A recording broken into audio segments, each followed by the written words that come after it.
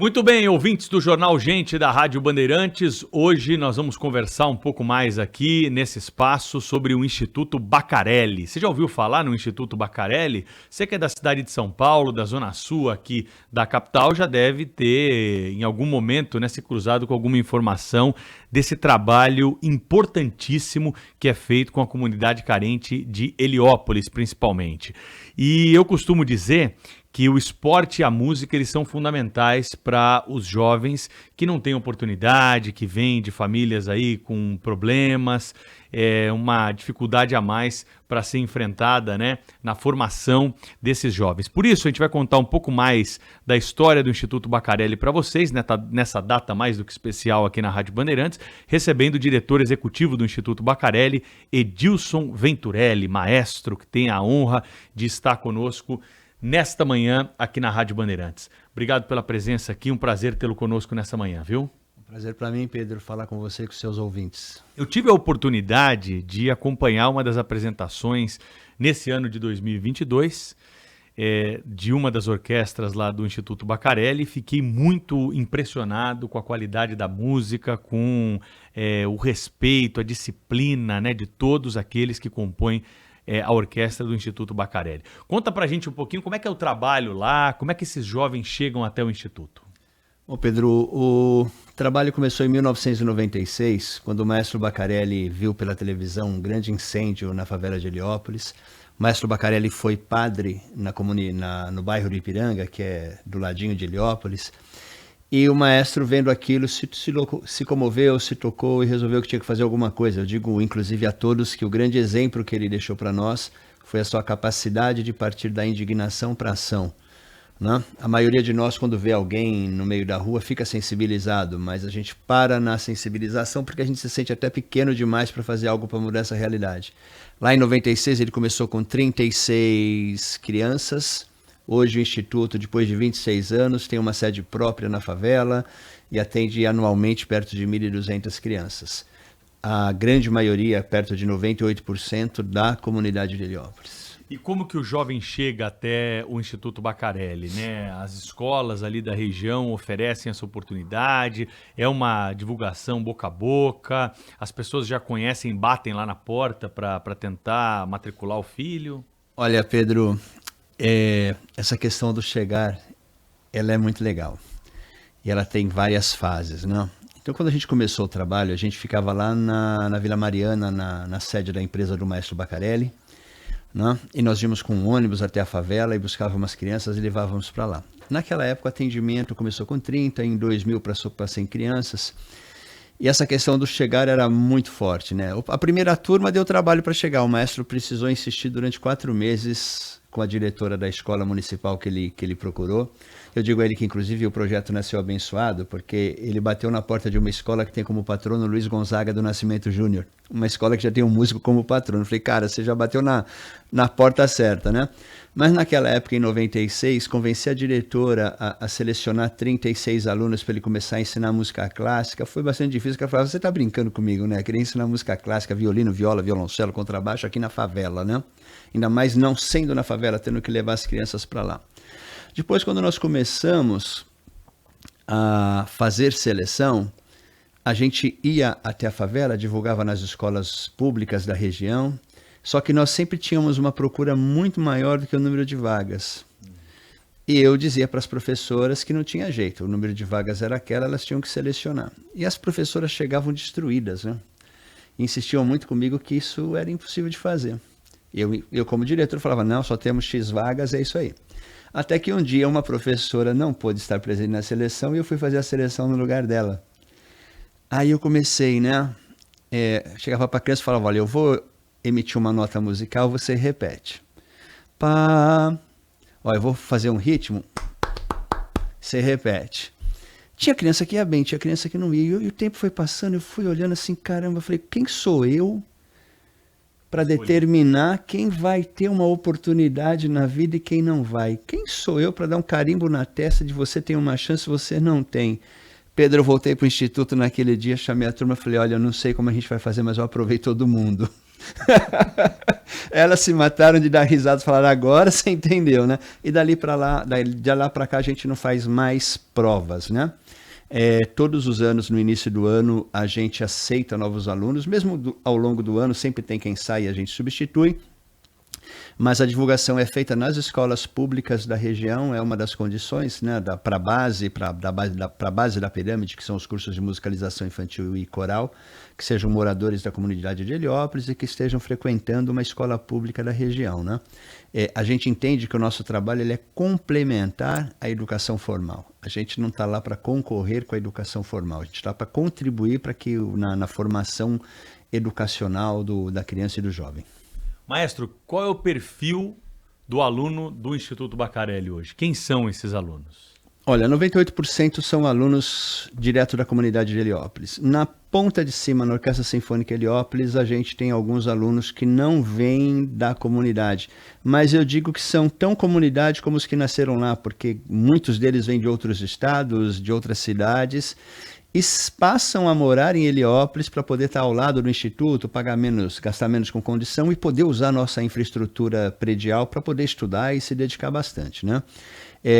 A gente habitualmente tem sempre gente, inclusive de outros países na Sinfônica, né? Hoje a gente tem uma menina da Colômbia e tem uma menina de Cuba, né? Estudando lá conosco. Isso é muito legal. A gente no início, Pedro, a gente só atendia 100% favela, 100% Heliópolis. Aí a gente teve uma consultoria do Unicef. E no último dia, na última conversa, a consultora falou, vou deixar uma pergunta para vocês se fazerem, né?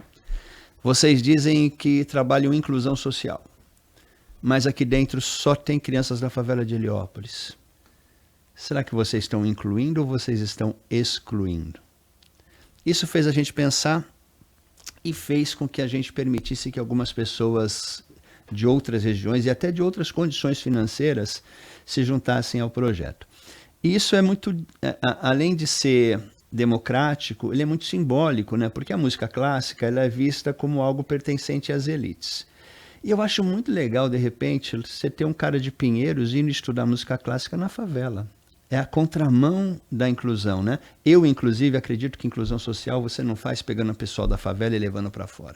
A inclusão social, eu acredito que você faz pegando, assim, convidando quem tem poder político, quem tem poder econômico, quem tem poder pensante, para irem até a favela. Porque a gente não resolve nenhum problema que a gente não conhece, né? Então, quem sabe, eu sempre falo, quem sabe, assim, uma senhora aqui do Morumbi ou dos Jardins, quando vai conhecer uma favela e ver a realidade da favela, vai ter um pouquinho mais de tolerância quando a sua empregada doméstica atrasar 15 minutos para chegar por causa do trânsito, ou por causa da greve de ônibus, ou por causa da greve de metrô, né? E quem é que pode transformar aquela realidade? Quem pode mudar esse gap que existe entre quem tem mais e quem tem menos? É quem tem poder político, econômico e pensante.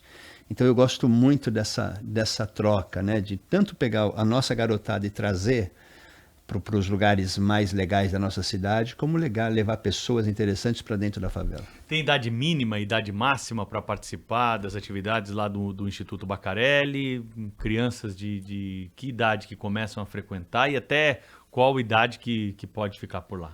Olha, Pedro, a gente começa com 4 anos de idade e o ano que vem a gente está com um projeto ambiciosíssimo de baixar essa idade para 2. E eu ainda quero chegar na barriga da mamãe. Não, eu quero chegar na criança enquanto ela é um feto, enquanto ela está lá dentro. Mas ela é muito legal, muito interessante, já está comprovado os benefícios que a música traz na fase da gestação. Com relação ao sair, a gente não impõe idade, eu sou contra essa métrica. Tem muitas orquestras jovens por aí, muitos projetos que 25 anos acabou a chance. Se a gente for pensar que essa geração tem uma possibilidade enorme de viver até os 100 anos, 25 anos você já está velho, um quarto da sua vida você já está velho para não ter mais oportunidade. Então, para nós lá, o que determina o tempo que a pessoa fica conosco não é a sua idade física, é o quanto ela justifica o investimento que nós estamos fazendo nela. A pessoa está estudando, está melhorando. Por exemplo, uma pessoa de 25, 26, 27 anos, ela já está na fase da pré-profissionalização.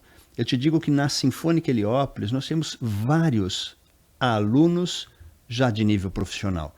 Mas não se abre vaga em orquestra todo dia. Você não tem chance de se profissionalizar todos os dias. E quando abre uma vaga, a disputa é imensa.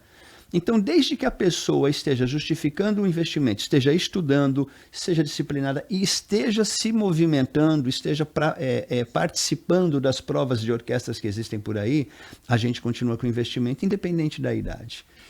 Maestro, é muito importante a gente contar um pouco mais, né, sobre o envolvimento, principalmente desses jovens, dessas crianças, com a música clássica, porque não é segredo para ninguém, e aqui o senhor me corrija se eu estiver errado, a gente, quando imagina uma favela, imagina que as pessoas ouvem funk, ouvem outro tipo de música que não a música clássica. Uhum. Então, a familiaridade com a música clássica, ela não é uma característica dessas famílias que têm os seus jovens lá no Instituto Baccarelli. Como fazer despertar esse interesse, né, por esses instrumentos que o senhor mencionou aqui? E dá para juntar uma coisa com a outra? Já houve algum tipo de ação para tentar botar outros ritmos musicais numa orquestra? Pedro, primeira coisa, né? Ninguém vai gostar daquilo que não conhece.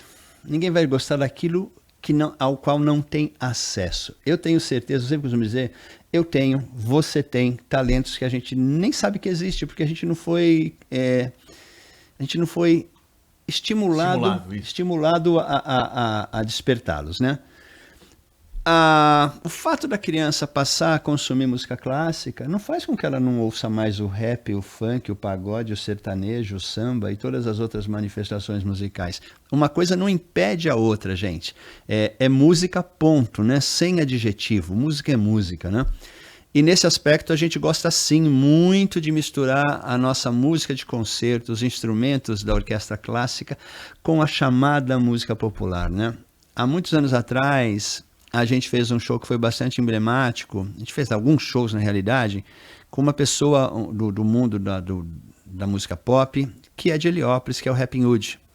E quando a gente foi fazer isso, todo mundo falou, cara, mas não vai dar certo, como é que você vai juntar a batida do rap, né, o DJ ali com aquela história e com uma orquestra? Pedro, rolou super bem. Ano passado, a gente teve em um dos nossos shows participação de Mano Brown. Né? Então, assim, Paula Lima, Lenine, e aí vai indo, uma infinidade de músicos, Mariana Aidar com seu forró maravilhoso, né? Lucy Alves, a grande atriz e cantora Lucy Alves, sou apaixonado pelo talento dessa mulher. Então, assim, não tem limite, né? Eu aprendi com o Lenine, essa frase é do Lenine, não é minha, né? Música ponto, sem adjetivo. E a gente faz isso agora mesmo. A gente voltou de uma turnê brasileira que a gente fez Salvador com Margareth Menezes e Majur. A gente fez Pouso Alegre com Jota Quest. E acabamos de voltar de Igaraçu, em Pernambuco, fazendo Lenine e Alba Ramalho. Isso tudo dentro de um projeto chamado Unilever Sons do Brasil. Isso é fantástico, assim. E o que é legal? As pessoas muitas vezes, não é nem muitas vezes, eu acredito que a maior parte das pessoas vão lá para ver esses artistas. Assim, agora chegam lá e encontram uma orquestra. Eu recebi muitos relatos de pessoas que vinham conversar comigo depois, falando, maestro, é a primeira vez na minha vida que eu vejo e ouço uma orquestra sinfônica. E é muito legal, porque a gente sempre primeiro nesses shows toca meia hora de clássicos e depois convida o artista, né? E aí, cara, assim, as pessoas se encantam. Quem sabe com isso elas vão ter curiosidade, vai despertar o interesse de ir até um teatro e ouvir uma orquestra sinfônica também. Lá em Heliópolis, isso é muito latente, né? A gente tinha, até 2019, antes de começar a pandemia, a gente tinha uma série grande no Teatro Municipal, tivemos uma série grande na Sala São Paulo, e as pessoas na favela sempre me perguntavam, quando eu convidava as famílias, mestre, mas com que roupa eu tenho que ir? Assim, as pessoas mais pobres, elas passam na frente dos grandes teatros, na frente dos grandes museus, e mesmo sendo de graça, ela não entra, porque ela não se sente digna para entrar naquele espaço, ela não entende, ela não consegue perceber que aquele espaço também é acessível a ela. Né? Então eu sempre falava, olha, eu costumo ir de tênis, calça jeans e camiseta. E a gente lotava os nossos concertos com pessoas da comunidade, com pessoas da favela que iam lá para ver seus filhos no palco. E depois voltavam a frequentar o Teatro Municipal, a Sala São Paulo. Quebrava a resistência, porque ele via que, poxa, esse espaço é para mim também. Né? Então, mesmo nesse aspecto, eu acho que a gente tem um trabalho enorme de inclusão cultural e inclusão social ainda a ser feito. Quanto tempo demora para um jovem conseguir para uma apresentação assim? Ele começou lá a ter as primeiras aulas, a se familiarizar. Existe um tempo médio, varia de aluno para aluno? Olha, o palco, ele é o grande formador do nosso caráter, do nosso preparo psicológico, né? Então, mesmo que não seja um palco formal, a gente procura propiciar isso para as nossas crianças desde o início. Então, desde a musicalização infantil, todo semestre a gente faz o que a gente chama de aulas abertas, que inclusive é o momento que a gente presta conta para as famílias, para os pais, do que nós estamos fazendo com seus filhos, né? E já não deixa de ser uma apresentação, não deixa de ser um palco. Então eu te diria que assim, nos primeiros meses eles já estão experimentando o que é o palco. E por que a gente faz isso? A arte, ela possibilita algo que a maioria das profissões não tem, que é o reconhecimento, né? Acaba uma apresentação dessa, que seja para os pais abrem um sorriso e aplaudem seus filhos, né? O aplauso é o reconhecimento do teu esforço, da sua luta, do seu preparo. Eu costumo dizer que tem muita gente que talvez trabalhe uma semana sem ganhar bom dia, um mês sem ganhar um obrigado. E algumas pessoas, infelizmente, vão trabalhar uma vida inteira sem receber um parabéns pela sua função, pelo seu esforço, pelo seu desempenho. Nós, músicos, a gente sobe ao palco e as pessoas, bravo, parabéns, lindo. Isso faz com que, porque você fala, poxa, vale a pena. Eu tenho talento, eu tenho lugar nesse mundo. E a pessoa, quando está com a sua autoestima no lugar, ela não vai para o crime, porque ela se sente inserida socialmente. Um grande problema que a gente vê na favela é as crianças deixarem de sonhar. Uma vez a gente estava fazendo seleção de crianças numa favela lá em São Bernardo do Campo, no DER. E eu peguei para conversar com um menininho e no meio da conversa eu falei, o que você pretende ser? O nome dele é Vinícius. Ele falou, eu quero ser médico. Eu falei, que lindo, uma profissão bacana, papapá. O menininho de 8 anos olhou para mim e falou, mas eu não vou ser. Eu falei, por quê? Ele falou, porque aqui ninguém é médico.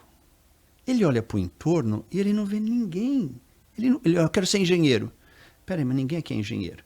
Eu quero ser advogado. Ninguém aqui é advogado.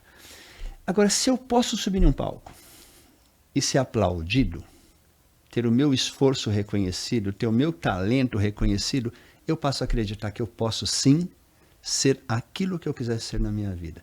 Inclusive teve uma coisa muito legal, esse menino chamado Vinícius, muitos anos depois, a gente recebeu a visita no Instituto de um dos grandes anjos da guarda que passaram pela nossa vida, que foi o Dr. Antônio Hermílio de Moraes.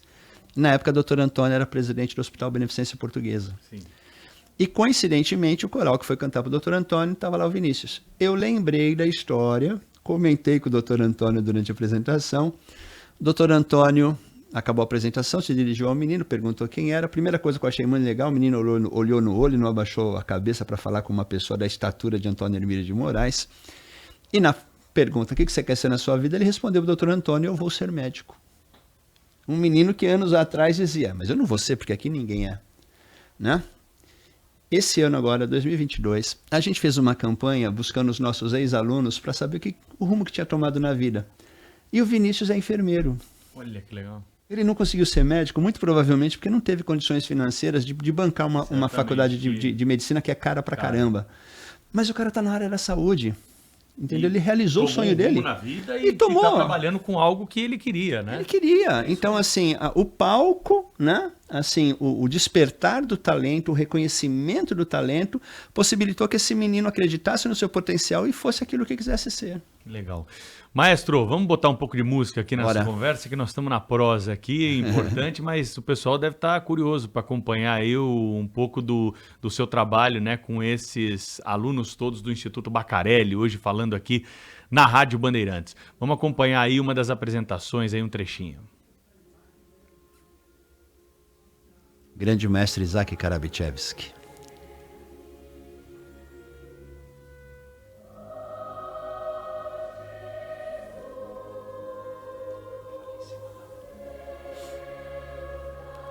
Esse foi um concerto de Natal onde nós juntamos todos os nossos alunos no palco da Sala São Paulo. Um momento de muita emoção para nós. Uma orquestra imensa, um coro de crianças imenso. Quantos músicos nós temos aí? mais ou menos? Pedro, a gente deve estar com perto de 200 músicos no palco e mais umas 300 crianças de coro. Te confesso que quando eu bolei essa apresentação, me chamaram de louco, né? Como é que ia botar tanta gente no palco, tanta criança, né? Isso foi lindo. E esse é um dos privilégios que o Instituto tem, que é ter como diretor artístico e maestro da Orquestra Sinfônica Heliópolis o lendário Isaac Karabichevsky. E aí, para botar todo mundo em sintonia aí, leva quanto tempo? Quantos ensaios são feitos aí, maestro? Rapaz... Olha, primeiro cada um se prepara individualmente, são muitas horas de estudo. Depois a gente faz ensaios separados entre as orquestras.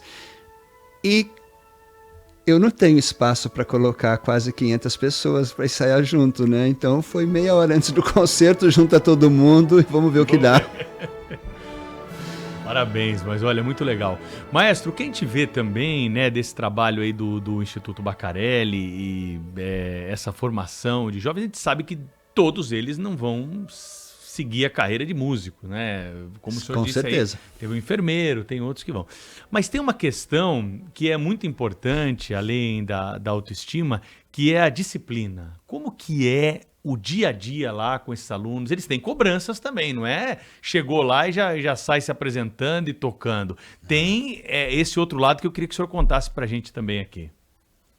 Pedro, o Instituto não existe para formar músicos. A música é a ferramenta que a gente utiliza para impactar a vida dessas crianças e para promover a inclusão social, a inclusão cultural dessa garotada. Então, a nossa grande preocupação é, através da música, desenvolver valores atitudinais que levem essas crianças a serem o que quiserem ser no futuro, mas em tudo com excelência. Eu costumo dizer a todos que a gente ouve muito falar hoje que o mercado de trabalho está difícil. Mas já era difícil na época do meu pai, já era difícil na época dos nossos avós. Agora, eu sempre digo a eles que para profissionais de excelência não tem mercado de trabalho difícil. Um excelente profissional de qualquer uma das áreas escolhe onde trabalha. Então, para que você se torne um excelente profissional, primeira coisa, né? Você tem que ser disciplinado, você tem que ser tecnicamente competente e você tem que ser funcionalmente interessante. No caso da música, é muito difícil surgir uma vaga. Agora imagina assim, você perdeu uma vaga porque você tem o hábito de chegar atrasado. Eu falo para as crianças, se seu pai começar a chegar atrasado no trabalho, o que acontece com ele? Perde o emprego. E eu digo sempre que se aqui na rádio, se alguém da sua equipe for desligado porque falta uma habilidade, falta uma competência, mas que é uma pessoa bacana, ele saiu, se capacitou, vem falar com você de novo, talvez você fale, puta, esse cara é bacana, agora ele tem o que a gente precisava, venha. Agora, se alguém sai da Rádio Bandeirantes por questões atitudinais, vai ser muito difícil voltar a ter uma chance. E não é só na Rádio Bandeirantes, é nesse circuito, porque todo mundo se fala. Né? E hoje, assim, tem mais pessoas procurando emprego do que vagas. Então, estou eu e você lá disputando uma vaga de emprego. Você é um cara super bacana, que todo mundo gosta pra caramba. Eu sou um cara tecnicamente super capaz, mas eu falo, ó, colocou a vírgula, criou um problema, né? Porque, puta, o Pedro é bacana e não tem a vírgula. Por que vai pegar o Edilson, que pode ser problemático? Meu, vem o Pedro. Né? Então, a gente é muito exigente na parte atitudinal. Até porque a gente está Tem horário certinho para entrar, horário. Sinfônica Heliópolis, por exemplo, eles recebem hoje uma ajuda financeira nossa de R$ 1.800 por mês. Não recebem, né? Vou melhorar a frase. Eles têm à disposição deles uma ajuda financeira de R$ 1.800 por mês, desde que eles compram a sua parte. Então, o ensaio da orquestra é 9h30, ele tem que estar 9h20 na sala. 9h21 ele está atrasado, perdeu R$ 200 da ajuda financeira. E como eu digo a eles, não vem me contar que o pneu do metrô furou. Sabe assim, desculpa, cara? Esfarrapado. Né? Não quero saber qual é a razão. Você está atrasado, ponto. Né? O trem da CPTM quebrou. Eu falo, poxa, isso é previsível. Teve um problema no trânsito, um acidente, o trânsito por isso é previsível. Então, assim, se programa para chegar uma hora antes, que se tiver algum imprevisto, você não chega atrasado. Né? Então, nós somos muito exigentes com isso, porque a gente está formando pessoas, está formando profissionais. A parte atitudinal tem que ser muito bacana. E não é só na questão do atraso, é a questão também do preparo. Né? Um ensaio de orquestra, por exemplo, não é para a pessoa estudar a parte dela, é para a gente juntar o todo, né? Pegar aqueles 80 músicos e fazer todo mundo tocar junto. Só que a premissa primeira para isso acontecer é você saber a tua parte. Eu não estou lá para resolver, como maestro, o seu problema individual. Eu estou lá para fazer todo mundo tocar junto. Então, o seu problema você tem que resolver. Se você começa a não chegar preparado nos ensaios, você vai também ser cobrado. E como que eles podem se preparar? Eles conseguem levar os instrumentos para casa? Eles têm um horário para frequentar o instituto? Porque eu acredito que o instrumento deva ser do instituto, né? Os instrumentos são nossos no início, né? A base é todo com instrumentos nossos. Depois a gente começa a estimular, inclusive por isso que existe a ajuda financeira, que eles comprem seus próprios instrumentos. Porque se ele não tiver o seu próprio instrumento, ele vai ficar refém do instituto a vida inteira. Porque para ele se profissionalizar, para ele alçar voo, ele tem que ter, em primeiro lugar, o seu instrumento de trabalho. E é caro, assim, são nacionais, são importados, aproveitando aí a tua experiência. É um violino, custa quanto? Olha, é um violino para começar a tocar na nossa orquestra não pode ser um violino de menos de R$8.000. Nossa. Para entrar numa orquestra sinfônica de primeiro nível, como a USESP ou a Orquestra Sinfônica do Teatro Municipal, você já pensa em um violino de 25, 30 e aí o céu é o limite, né? Você tem violinos de milhões de dólares, né? Sim, imagino. Tem pessoas mais malucas que ao invés de escolher um violino, escolhem um fagote. Um fagote, o primeiro instrumento mais ruinzinho, aquele que um violino com 400, 500 reais, você já compra um violino chinês aí que dá para começar a tocar. Tá. Dá para começar a estudar. Fagote, para você começar a estudar, você não compra por menos de 8, 9 mil reais. Né? Então, assim, a ajuda financeira vem inclusive para a gente poder propiciar a eles meios para que eles comecem a comprar seu violino. Como é que funciona? Ele compra um violino de 5 mil. Parcelado. E tem vários luthiers que fazem isso, né? Quando ele acaba de pagar o de 5, ele vende o de 5 e compra um de 8. Acaba de pagar o de 8, vende o de 8 e vai para um de 10. Então, assim, são muitos anos até que ele consiga ter realmente um instrumento com uma qualidade legal para se profissionalizar. Quantas horas um jovem desse, dedicado mesmo, estuda música por dia para participar das apresentações nas orquestras, para buscar aí algum tipo de profissionalização? Olha, a questão do estudo é muito legal de falar. Porque a gente, de algumas décadas para cá, todo mundo corporativo passou a ter que entender a tal da formação continuada. Há 30, 40 anos atrás, você se formava em engenharia, você nunca mais ia para o banco de uma escola. Hoje em dia não dá, né? Quando você se forma, você já tem que reciclar, porque o que você aprendeu no primeiro ano já não está mais valendo. Nós, músicos, desde sempre, desde a antiguidade, a gente sempre foi condicionado a estudar a vida inteira. Não, se a gente ficar um mês sem colocar a mão no instrumento, a gente se perde. Eu fui um bom pianista, quando jovem. Eu tenho vergonha de sentar no piano hoje. Tem um piano na minha casa, eu pouco me atrevo a colocar a mão. De vez em quando alguém fala, mestre, você não quer tocar uma música? Eu falo, ai, meu pai. Né? Por quê? Porque é mecânico. E como eu estou há muito tempo sem tocar, por mais que a cabeça mande, a mão não responde, o dedo não vai para o lugar certo. Né? Então, a gente não pode parar de estudar. Eu diria para você que, por exemplo, quem está na Sinfônica Heliópolis hoje, não estuda individualmente menos de 4 horas por dia. Inclusive, sábado e domingo, dia santo, feriado, não se para. E afora isso, depois você tem a sua aula de instrumento, você tem sua aula de matérias teóricas, você tem os seus ensaios de orquestra, você tem seus ensaios de grupo de câmara. Então vamos pensar assim, basicamente numa jornada de 7, 8 horas por dia. Né? Então nós somos, na realidade, a gente pode se comparar a atletas de alta performance. E pior que isso, Pedro, pior não, é muito legal, mas mais difícil que isso. A hora que a gente vai para o palco, né, como naquele concerto que você viu, nós temos que ir com um nível de excelência muito alto. Então, o desgaste mental também é muito forte. Né? E a nossa dinâmica de ensaio, a dinâmica da nossa profissão, ela é cruel. Porque você pode estar tocando onde for, tem alguém ouvindo. e quem está ouvindo está te avaliando. Né? Eu costumo dizer que no mundo corporativo eu tomaria 10 processos de assédio moral por dia no mínimo. Porque em um ensaio de orquestra você fica, não, tá errado, volta, faz de novo. E na frente de todo mundo, né? Chega e fala, Pedro, tá desafinado. Toca de novo. Né? Não, ainda não tá bem. Mais uma vez, mais uma vez, mais uma vez. Né? Mas por quê? Porque a gente busca a excelência o tempo inteiro. Então a gente tem que criar uma casca emocional assim para suportar a pressão, que é muito forte. Né? Sem contar os imprevistos. Por exemplo, show de música com artista popular. Para nós é sempre uma coisa muito bacana. Porque no mundo do popular, o formalismo ele é menor, né? E o cara tá com a banda dele ali atrás, ele foi para um lado, a banda saca e vai atrás. Né? Então, se ele quiser repetir a música 3 vezes, se ele quiser sair do refrão, ir para a estrofe e tal, e vai mudando, não tem nenhum problema. Ele sentiu que a galera tá bem, ele quer repetir, a banda vai junto. Eu costumo dizer que uma banda é um carro de Fórmula 1 e uma orquestra sinfônica é um transatlântico. Né? A banda reage assim, ó, fez a curva. O transatlântico, peraí, vou virar lá na frente, peraí, gente, vamos lá, né? E é normal nos shows da música popular, com artista da música popular, a gente ensaiar e na hora do show o cara fazer coisas completamente distintas, porque ele está acostumado com essa liberdade. Para vocês é mais difícil. É mais difícil e a gente se diverte com isso, né?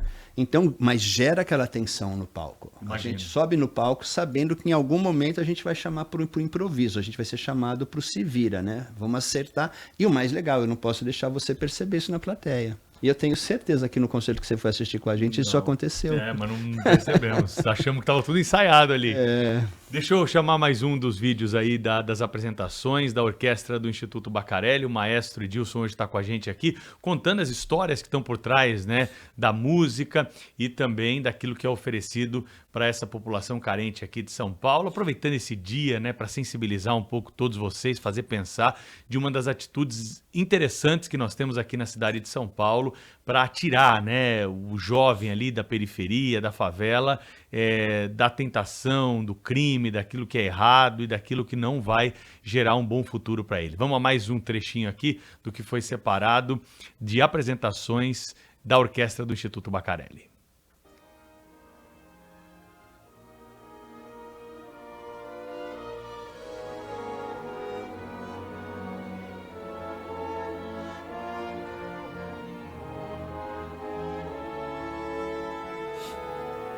Essa aí foi aonde, hein, Maia? O senhor lembra?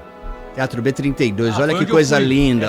Não foi essa que eu fui assistir, não. Mas foi no B32 que eu fui assistir, ali na Faria Lima, né? Isso, é um teatro mais moderno de São Paulo hoje e que traz uma experiência muito legal, que é você na plateia assistir o concerto vendo a cidade no fundo do palco, né? Essa integração com a nossa cidade, eu acho incrível isso.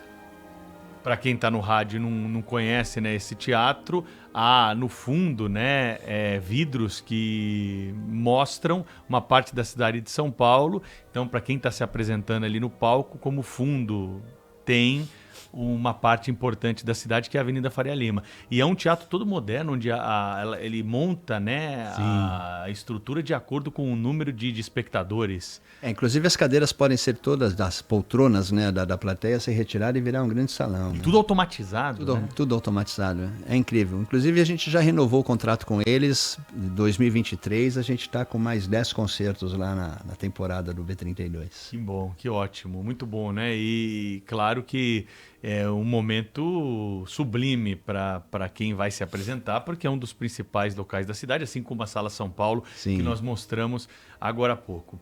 O senhor estava falando de recursos, né? Vamos falar um pouco de dinheiro, porque é importante saber de onde vem dinheiro, como que é o repasse dessa grana para os alunos e para a manutenção do Instituto Baccarelli. Afinal de contas, tudo isso não acontece de graça, né? É verdade. Agora, ouvinte, eu sei que, para quem está no rádio, eu sou uma pessoa de 58 anos e já tenho... Os cabelos que eu ainda tenho, eles já estão bem branquinhos, né? Mas o Pedro insiste em me chamar de senhor. Isso faz com que eu me sinta ainda mais velho, gente. É a força do hábito só. Mas olha, Pedro, o Instituto vive de patrocínios. Então, a ação em Heliópolis especificamente, né? Hoje o Instituto é maior que Heliópolis, hoje a gente está na gestão de 12 céus pela cidade de São Paulo, mas o nosso núcleo Heliópolis, que é o nosso coração, é a nossa vocação principal, é lá que nós nascemos, é lá que nós vamos ficar até o final da nossa existência. Ele vive de patrocínios, ele vive de doação. A gente usa basicamente todas as leis de incentivo, perto de 90% da nossa receita vem de incentivo via Lei Rouanet. Tão criticada, né? Lei Rouanet por aqueles que não a conhecem realmente. Então, para quem está nos ouvindo, gente, reflitam bastante quando vocês ouçam com bastante crítica qualquer fala contra a Lei Rouanet. Se existem desvios nessa legislação, ela é feita pelas pessoas e não pela legislação. E a gente tem pessoas boas em todas as áreas, né? Mas a Lei Rouanet, ela é essencial para a manutenção de projetos como os nossos. Então, através da Lei Rouanet, que possibilita que empresas invistam 4% do seu imposto de renda a recolher para o governo federal em projetos culturais como o nosso, e pessoas físicas podem destinar 6% do seu imposto de renda a pagar para projetos culturais como o nosso. Então, aqui fica o apelo para que as empresas e para que as pessoas físicas que sabem que pagam imposto de renda, a gente sabe que a gente nunca vai pagar no ano seguinte menos do que a gente pagou no anterior, né? Então, que façam realmente até o dia 30 de dezembro a destinação de 4% pessoa jurídica, 6% pessoa física, para projetos como o nosso. A gente critica muito a eficiência do Estado no trato dos impostos, no trato da coisa pública, né? É normal, é senso comum que a gente fala que o governo não é tão eficiente, os governos não são tão eficientes na destinação dos recursos públicos. Aí o governo te dá uma oportunidade de pegar uma parte do que você tem que mandar para ele e falar, destina para um projeto que você conheça e que você possa acompanhar e que você possa ter certeza que está sendo bem tratado, e pouca gente ainda hoje utiliza. Então isso é muito legal. E as outras esferas de governo ajudam também? Governo estadual, governo municipal? O governo estadual tem uma lei de incentivo fiscal que é o PROAC, e o governo municipal tem uma lei de incentivo que é o PROMAC. O PROAC é basicamente para pessoa jurídica e onde você destina parte do seu ICMS. O PROMAC você destina também para pessoas jurídicas e pode ser pessoa física, porque você destina parte do seu IPTU a recolher para a prefeitura e parte do seu ISS a recolher para a prefeitura de São Paulo. São leis de incentivo muito interessantes. E afora isso, a gente tem sempre uma campanha para doações de pessoas físicas, que é o grande desafio, né? O Brasil ainda é muito jovenzinho na cultura da doação. Você vai nos Estados Unidos, por exemplo, todas as grandes universidades, todos os grandes teatros, todos os grandes museus são mantidos basicamente por doação de pessoas físicas. É habitual no mundo acadêmico americano, pessoas que se formaram naquela universidade, conseguem sucesso na vida e depois fazem doação para aquela universidade, para manter pesquisa, para manter bolsa de estudo para alunos com menor poder econômico, né? O Brasil, isso ainda é muito, muito jovenzinho, a gente ainda está aprendendo esse mundo. Então fica aqui uma provocação para quem esteja nos ouvindo e que sabe que paga imposto de renda todo ano. Destina isso aí, destina 6%, gente. Ah, mas 6% do meu imposto de renda vai dar R$100. Eu adoraria ter 1.000 pessoas me doando R$100. Com isso eu já teria R$100.000 no caixa para poder fazer alguma coisa. Com certeza. E o dinheiro que é arrecadado e é repassado para os alunos, quais são as regras? O senhor falou de uma ajuda financeira que fica à disposição de alunos. Como é que é feito esse trabalho de destino dessa verba? A gente tem, o Instituto Bacarelli é mantido através dessas doações, sejam elas patrocínios ou doações, né? Todas as nossas despesas. A gente não recebe incentivo direto de governo, a gente não recebe verba direta de nenhum governo. E afora isso, Pedro, durante essa pandemia a gente foi chamado a contribuir com as nossas famílias na questão da insegurança alimentar. Se você me deixar falar, assim, 2020, início de pandemia, março, a gente foi convidado a descobrir, desafiado na realidade, a dar aulas online.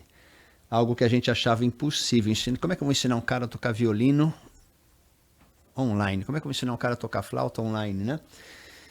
E o que a gente fez? No começo, principalmente em março, a gente saía ligando para as crianças que não se conectavam nas aulas para tentar trazê-las para a aula e identificar qual era a dificuldade. Porque, de repente, a criança não tinha telefone, não tinha computador, não tinha internet em casa. Dentro dessas ligações, um dia a Silmara Dres, a nossa coordenadora de corais, ligando para os seus alunos, o menino se chama Jaed, ele não mora mais em Heliópolis, mora no final de Guarapiranga, da represa de Guarapiranga, mas está lá com a gente. Descobriu que esse menino não tem pai, a mãe estava no interior do estado, não conseguiu voltar para casa, e ele e as duas irmãs estavam literalmente sem nenhum alimento dentro de casa. Nossa. Não é força de expressão não, gente, é isso mesmo. E ela perguntou, mas como vocês estão fazendo? Ele disse, a gente fica dormindo porque enquanto a gente dorme a gente não sente fome. Ele foi um anjinho que Papai do Céu colocou no nosso caminho para a gente repensar o nosso rumo, né?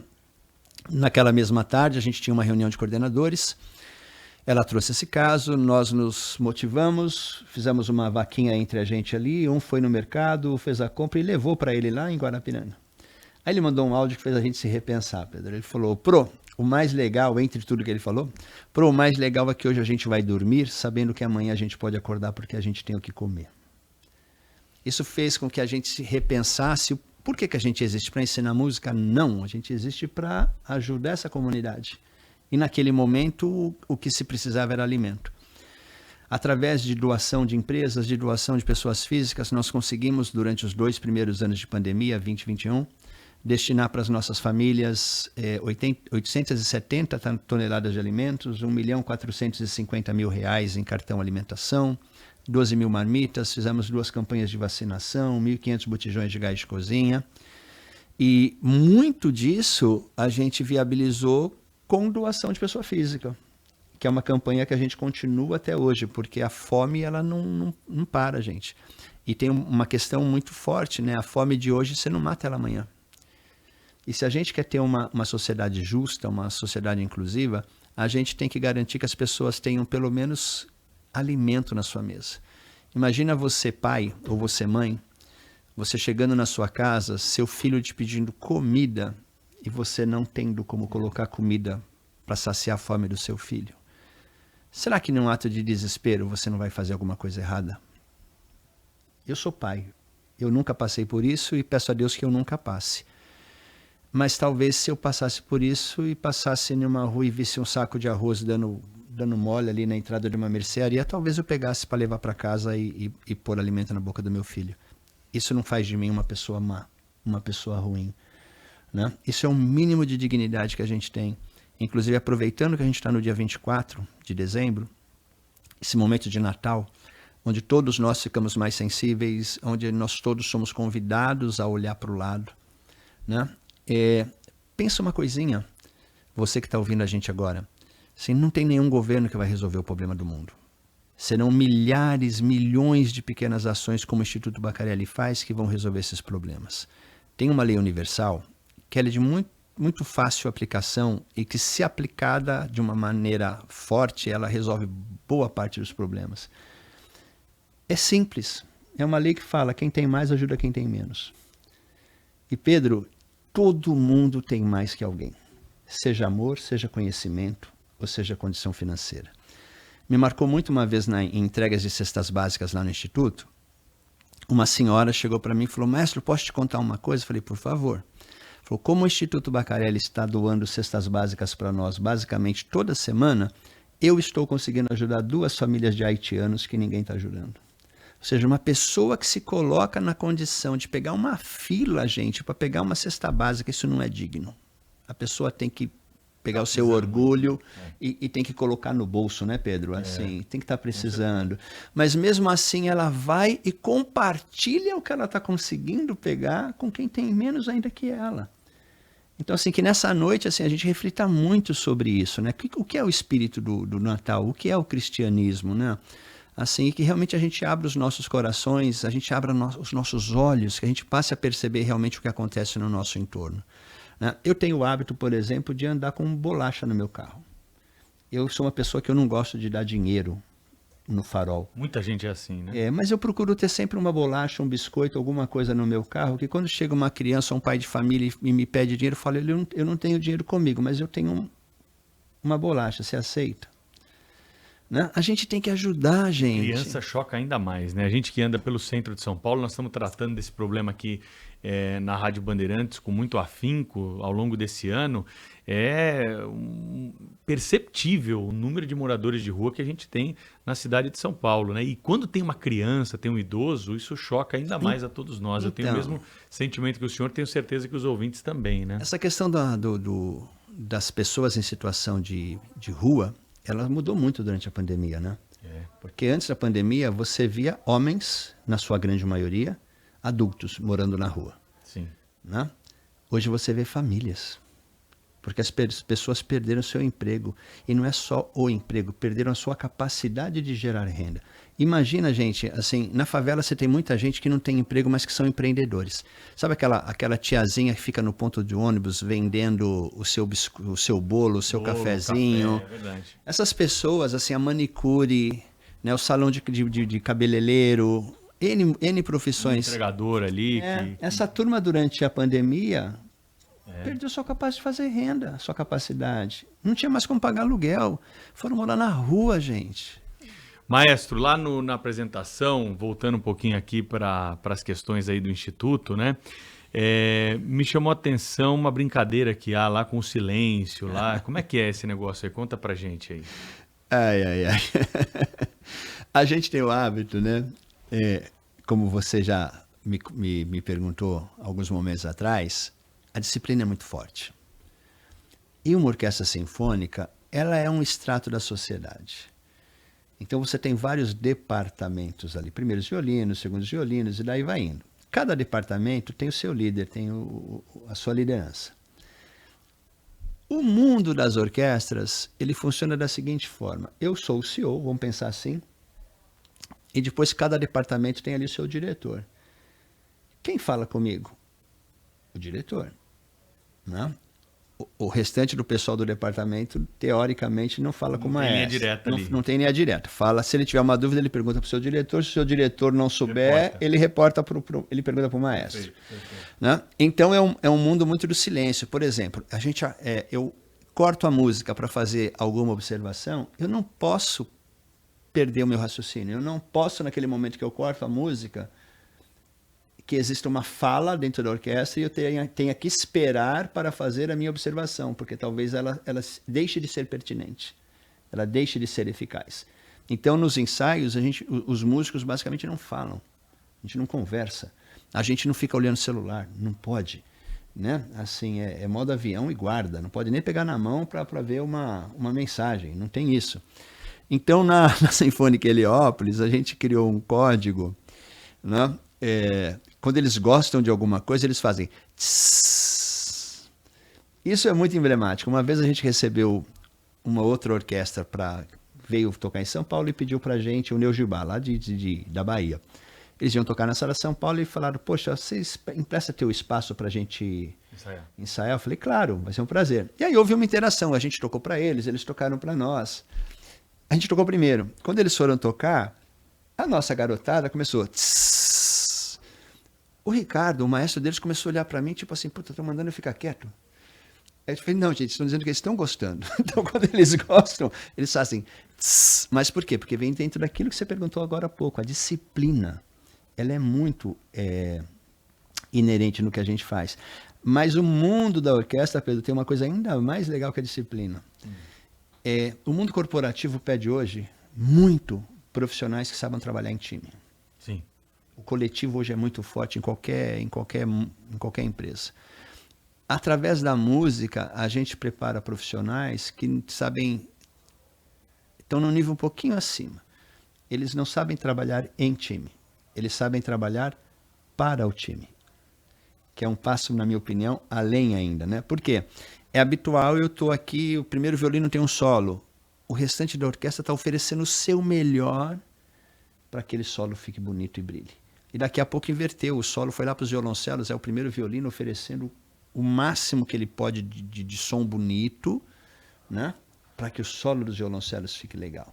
Então, é um mundo muito, muito bacana, onde realmente a gente forma pessoas que vão ser excelentes profissionais, independente do segmento, independente da área que resolvam para sua vida. A música clássica tem um rito, né, nas suas apresentações. Esse rito é seguido sempre nas apresentações. A gente vê lá, entra uma parte da orquestra, depois entra outra, o maestro entra por último, aí tem uma salva de palmas, aí o maestro depois dá uma afinação lá e depois segue o barco, né? Por você não estar tratando com profissionais sempre, algum rito é quebrado ou se mantém isso em todas as apresentações? Olha, eu te confesso que eu sou contra a maioria desses ritos. Opa. Porém, a gente tem que praticá-los, porque a gente tem que preparar essa molecada para o mercado de trabalho. E é assim que ele vai ter que se comportar quando ele entrar numa orquestra profissional. Uma das coisas que a gente mudou, é normal em qualquer... Na maioria das orquestras, hoje muito dessa tradição já está sendo quebrada, muitas orquestras estão tendo a coragem de repensar isso. Mas o mundo normal da música clássica os músicos entram, recebem os aplausos, entra o Spala da orquestra, recebe os aplausos, afina a orquestra e aí entra o maestro. Um desses a gente já quebrou. O Spala não entra sozinho, ele entra junto com a orquestra. A gente já quebrou uma dessas entradas. Ele não é maior que ninguém do que está ali. Inclusive, a nossa orquestra não tem um Spala, né? A gente faz um revezamento de cadeiras de forma que todo mundo experimente tocar na primeira estante, que é difícil, e experimente a sensação de tocar lá no fundo, lá na última estante, que é tão difícil quanto. Né? Na primeira estante, o que é difícil? O maestro ouve tudo que você toca. Então, qualquer nota sua que não estiver no lugar... não passa. Lá no fundo... Às vezes pode passar alguma coisinha. Só que por outro lado, imagina assim, você tem 14, 18 primeiros violinos, você tem 9 estantes de primeiros violinos, tem que tocar todo mundo junto. Então imagina para o cara que está lá no fundo e ele tem que tocar junto com a primeira estante, que é quem lidera o naipe, né? Imagina essa sensação de ter que tocar junto e muitas vezes a referência que você está ouvindo é outra. Porque a orquestra é montada, isso é muito interessante, a orquestra é montada em um semicírculo, sempre. Tá. E o maestro está no centro. Certo. Então, todos os sons irradiam para o centro. Então, a música que eu ouço, basicamente ninguém mais ouve. Né? Então, imagina assim, quem está na periferia do centro, na zona de periférica, imagina a dificuldade que é entender a música que está acontecendo no centro. Eu tinha o hábito, quando eu comecei a reger, a gente tem sempre as cordas na frente e os metais no fundo. Né? Eu olhava para os trombones e falava, trombones, toquem junto com os primeiros violinos. Está atrasado. Um dia, o mestre Isaac estava fazendo ensaio, eu me sentei atrás dos trombones. Não dá para ouvir os primeiros violinos. Estava cobrando uma coisa que não dá para acontecer. Você entendeu? Então, ou seja, a música que eu ouço ali na frente ninguém mais ouve. Isso é uma relação muito bacana, inclusive de confiança na liderança. Porque se você emite um som numa determinada potência, num determinado volume, é porque você está entendendo que aquilo é o que você precisa. Aí o maestro vai falar para você mais ou menos, e você tem que acreditar no cara. E a formação, assim, a escalação, vamos trazer para a linguagem futebolística aqui, né? Quem vai para a apresentação? Como é que funciona? Quais são os seus critérios aí para levar o pessoal da orquestra, para fazer às vezes tem uma substituição de um pelo outro ali? Normalmente a gente vai sempre com a orquestra toda, desde que o repertório permita. Né? Por exemplo, quem determina a formação da orquestra, na realidade, é o compositor da obra que você fez. Se de repente ele fez uma obra que não tem trompas, as trompas não vão naquele dia, estão dispensadas. Né? De vez em quando tem que até reforçar a orquestra, porque o cara pede um efetivo maior do que você tem habitualmente. Mas acontece, por exemplo, como a gente viajou agora para Salvador, para Pouso Alegre, para Recife, né? É claro que uma viagem todo mundo quer fazer, né? Claro, né? Imagina. Pô, né? E não dava para ir todo mundo. A gente foi com uma orquestra de 45, a nossa tem 80. Nessas horas, o que a gente faz? A gente premia as pessoas mais compromissadas. Aquele que não atrasa, aquele que não falta, aquele que está sempre preparado, aquele que é colaborativo com a instituição. Então, no momento das coisas bacanas, é normal em qualquer lugar, você propicia isso àquelas pessoas que justificam esse momento de prazer, né? E isso também é bacana porque eles sabem a regra do jogo. Né? Coral, por exemplo, você tem um coral lá de 5, isso é uma coisa que a gente sofre muito. A gente decidiu que os nossos corais têm entre 50 e 60 crianças. Vai fazer uma apresentação, o ônibus tem 45 lugares. Não cabe. Não cabe. E muitas vezes não dá para alugar 2 ônibus. Rapaz, é uma choradeira das crianças, né? Mas a gente justifica, olha só, você não vai nessa apresentação porque você teve uma falta. Então procura não faltar, que na próxima você está junto com a gente. Então a gente usa esses momentos também para tentar motivar as crianças a melhorarem a sua atitude perante o seu estudo, perante o seu comprometimento. Muito bom. Nós estamos conversando aqui com o maestro Edilson Venturelli, do Instituto Baccarelli, hoje, nesse dia especial aqui na Rádio Bandeirantes, falando um pouco mais sobre música e sobre esse projeto muito bacana, né, que muda a vida de tanta gente. Tem músico do Baccarelli que está por orquestra aí do mundo todo? Ai, tem bastante. A gente tem um orgulho danado disso. Você pega, por exemplo, vamos começar por São Paulo. Teatro Municipal de São Paulo tem uma orquestra de 102 músicos, 9 formados no Instituto Baccarelli, quase 10% do efetivo da orquestra. Filarmônica de Minas Gerais tem mais um outro tanto grande, lá tem quase 15% da orquestra. Filarmônica de Goiás, Orquestra Sinfônica da Bahia, Orquestra Sinfônica Brasileira, Orquestra Sinfônica do Paraná, Rio Grande do Sul, e aí vai indo, né? E afora isso, a gente tem Amazonas, tem gente nossa lá, Espírito Santo, Sergipe, Rio Grande do Norte. Afora isso, a gente tem, por exemplo, primeira trompa da Orquestra Nacional do Chile, é aluno nosso. Eu tenho um orgulho danado de uma ex-aluna nossa, uma negra periférica trombonista, um instrumento normalmente de homens. Hoje ela é primeiro trombone em uma orquestra da Dinamarca. Imagina assim, quebrar essa tradição, né? Primeiro uma mulher tocando trombone negra em um país de maioria branca. Sim. Né? Então, assim, tem um menino nosso lindo, Robinho, que está na Suíça, já tocando muito bem em orquestras profissionais, e tem um outro tanto enorme, fora do Brasil, continuando os seus estudos. Na realidade, eu tenho muito orgulho em dizer que hoje, na música clássica, para você se formar bem, você não precisa mais ir embora do Brasil. A gente tem excelentes professores aqui no Brasil. Porém, o lado da vivência cultural, a gente estimula o aluno que possa ir para fora do Brasil que vá. Você vai, por exemplo, a Berlim, a gente conhece a Orquestra Filarmônica de Berlim. Tem mais 10 iguais a ela na mesma cidade. Né? Lá você se penitencia porque você fala, em que concerto eu vou? Nossa, eu vou nesse aqui, mas eu vou perder esses outros tantos aqui que também são maravilhosos. A oferta cultural é muito grande.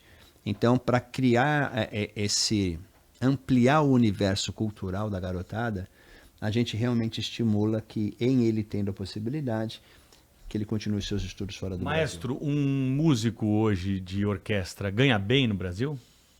Ganha bem. Se você pensar no salário médio das pessoas aí, a gente ganha bem. Vamos pensar assim, eu não vou dar números absolutos, só para ter uma ideia. Para não errar e meus colegas não ficarem bravos comigo depois, né? Mas assim, tanto na Orquestra Sinfônica Municipal quanto na Orquestra Sinfônica do Estado de São Paulo, nenhum músico ali ganha menos de R$10.000 por mês. Né? E eu falo isso para os pais nas reuniões pedagógicas. Isso estimula muito os pais a deixarem seus filhos estudarem. Porque você pega no universo da favela, quais são as profissões que as pessoas ambicionam que pode propiciar a ela uma renda? Não é uma renda, hein? Um salário de R$10.000, porque nenhum desses músicos trabalham só nessas orquestras sinfônicas. Boa parte da nossa remuneração, ela vem também dos eventos extras, dos cachês que a gente faz no dia a dia da nossa vida, né? Então, assim, um bom músico de orquestra hoje não faz uma renda mensal menor que R$20.000, R$25.000 por mês. Vamos acompanhar mais um trechinho, então, nessa reta final do nosso bate-papo. Hoje recebendo aqui na Rádio Bandeirantes o maestro Edilson, lá do Instituto Baccarelli. Mais um trechinho das apresentações aí, para a gente trazer para a nossa audiência um pouco mais do trabalho que é desenvolvido por lá.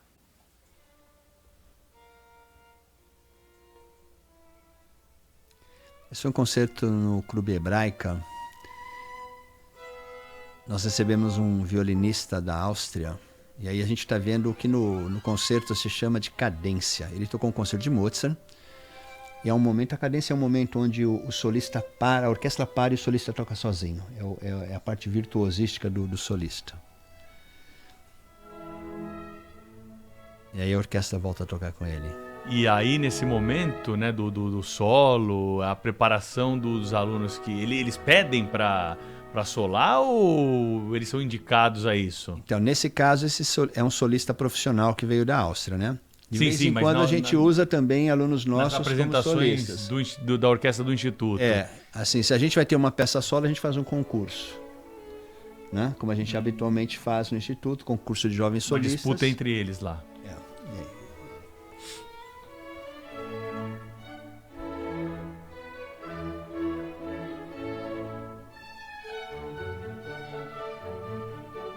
Esse é um concerto de Mozart maravilhoso. E aí, nesse caso, imagina para eles tocar assim com um músico profissional que vem de fora, né? Qual deve ser o comentário antes, a preocupação, né? E a tensão. Na realidade, eles vão para uma fase da admiração, né? Eu me lembro... o mundo é muito competitivo, né, Pedro? Em qualquer profissão. E muitas vezes você tem aqui do teu lado um colega esperando você errar para tomar o teu lugar, né? Verdade. Vários solistas que já passaram pela nossa orquestra falam que a sensação de solar com a nossa orquestra é muito legal, porque quando chega aquele momento da passagem de dificuldade que todo mundo sabe, ele fala, poxa, eu sinto todo mundo torcendo para eu acertar, não torcendo para eu quebrar o pé. Né? Porque a molecada tá lá, vai, deu certo. Né? Por exemplo, esse cara chegou lá e deu 2 dias de masterclass para as nossas crianças. Então sempre que vem um solista internacional tocar conosco, a gente coloca já no pedido que ele dê aula para a nossa turma, né? Que ele dê aula para os nossos alunos. Muito bem.